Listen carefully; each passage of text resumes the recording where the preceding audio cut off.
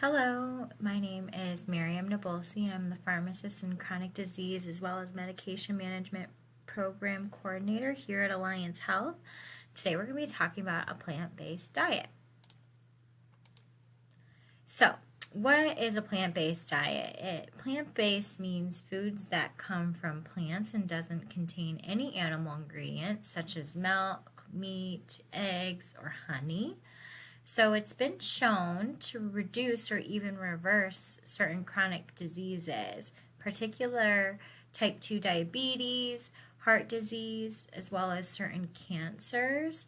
Along with that, they show that weight management, as well as energy boosts and inflammation reduction has been shown. If a patient's able to reduce their weight as well as have increased energy to go exercise, as you can imagine, their need for their medications reduces because they are better managing their chronic conditions.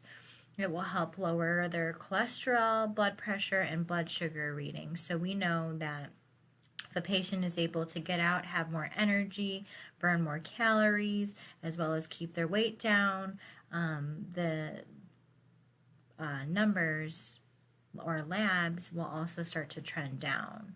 And then the fact that it reduces inflammation also helps improve symptoms of rheumatoid arthritis. And then in addition, some patients might think that going plant-based might be more expensive because you're buying more fruits and vegetables, but we'll talk about how this might actually indicate lower food costs. And then who doesn't love to live longer? So there are benefits to a longer life, and in that long life you have also the opportunity to be healthy and enjoy and have a high quality life to live. So getting started, what a patient should think about is what are their meals that they're currently making that are meatless meals. They should also consider if they have a favorite recipe, how could they make that plant-based? So are there any stews or soups that they might be making that they can eliminate meat from, or even something as simple as tacos? They might even be interested in trying some new recipes. And then lastly, they should consider frozen and canned fruits and vegetables as an easy, low-cost way to eat more plants.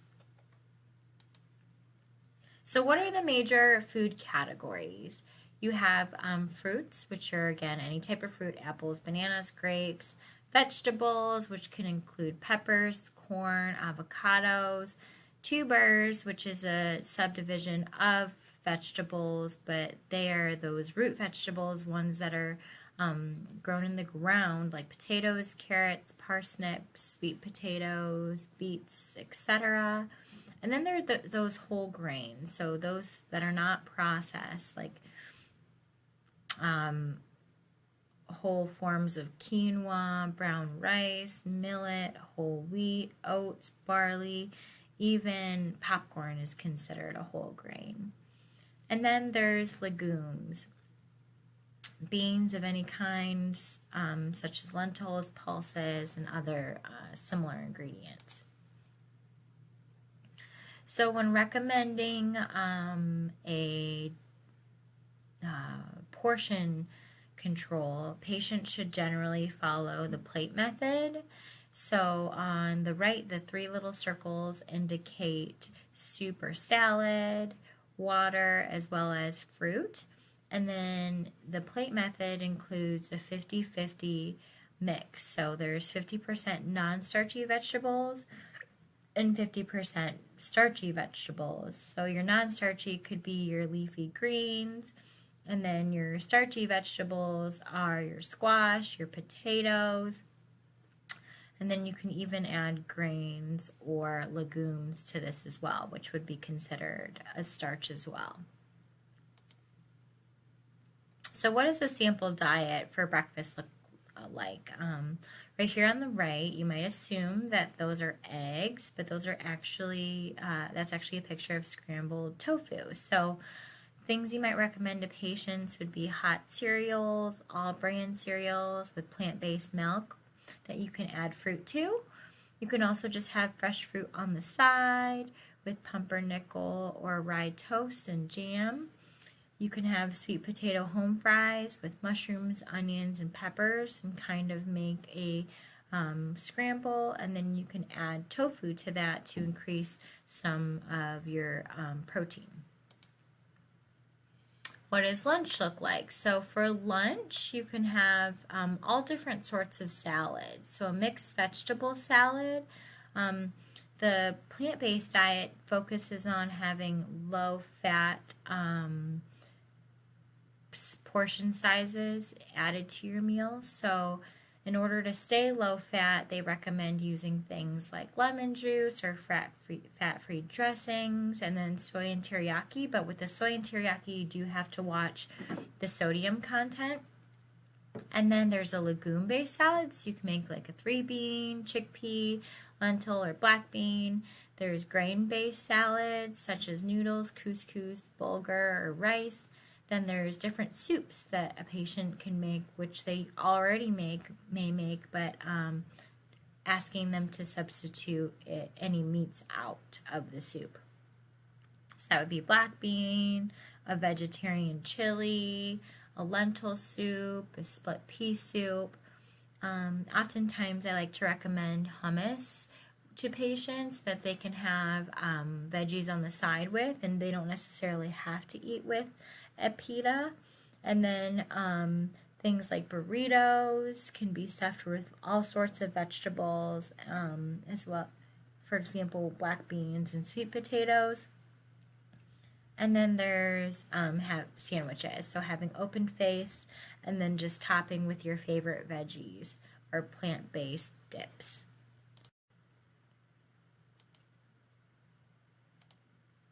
So what does a sample dinner look like? Patients can have pasta marinara, but you want to look for brands that have less than 2 grams of fat per serving, and make sure that it's free of animal products. They can have beans and rice with vegetarian baked beans, black beans and salsa, soft tacos. So making sure that's whole wheat, but doing flour tortilla with beans, lettuce, tomatoes. They can have other things like fajitas as well as chili. What does a sample snack look like? So patients, like I said before, can have hummus, which is pictured on the right. They can have air-popped rice cakes, toast and jam, baked tortilla chips. These are things that they will just need to consider their portion sizes, but there's always an allotted amount of starches that they can have depending on what your recommendations are and what their goals are. Here's some other sample menus that you can review with the patient. So what are some tips for preparing foods? So when you cook beans from scratch, you can do like a quick soak method, which can help remove some of the indigestible sugars that cause gas. So if you put the beans in a large pot and cover with 2 inches of water, then have that patient bring it to a boil for about 3 minutes, cover it, and then set it to the side for 1 to 4 hours. Then they can rinse them and drain them well. You can also cook vegetables without oil. So vegetables, as you heat them, will naturally excrete the water that's contained within it, so it'll pan fry just as nice. Using moist foods instead of oil and baked goods such as bananas, apples. You can have soaked dried fruit, dates, and tofu. Just be cautious of the amount of sugar that's packed into the dried fruit. And then try to omit as much oil from salad dressings and replacing that with water or juice. So patients can also save time by making larger portions when they are doing meal prepping. So making large portions of beans or lentils and then freezing them. You can actually buy pre-cut fresh or frozen vegetables. Usually it's a little bit more expensive if it's fresh and pre-cut, but frozen vegetables are an option. You can buy pre-cooked grains such as barley, farro, brown, or wild rice. Usually these grains take a lot longer to cook than the processed ones. And then baking yams or potatoes, a few extra for the next meal is probably a good idea. And then using canned beans, including non-fat or refried beans. Again, you want to be cautious with canned foods, making sure that you ask the patient to rinse all canned foods out really thoroughly to ensure that we don't increase the sodium content too much. So what would be a good idea to add certain items to your kitchen? So a chef's knife, if you're going to be cutting up more fruits and vegetables, will make it a lot easier on you and a lot less stressful and hassle-free when you're hungry and trying to get a meal out.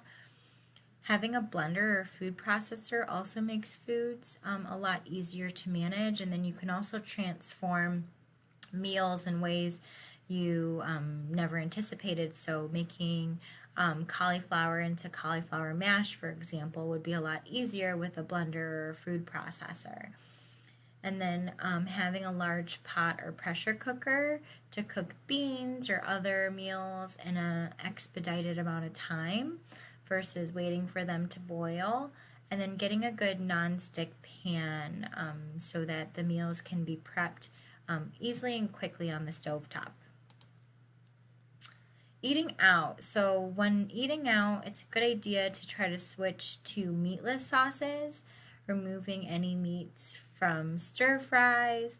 You can add vegetables or pasta in place of meat if you're looking to stay full.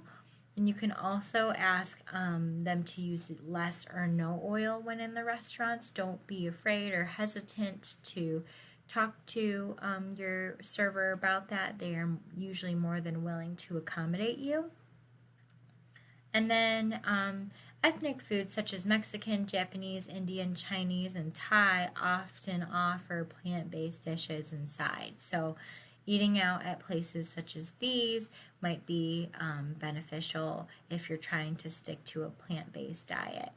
And then when you're eating out, in order to make sure that your portion sizes are still well within what your limits are, it's a good idea to ask for a box to go before your meal comes out so you can divide out the portion that's appropriate for you during that setting, and then you have leftovers. So what are some final tips?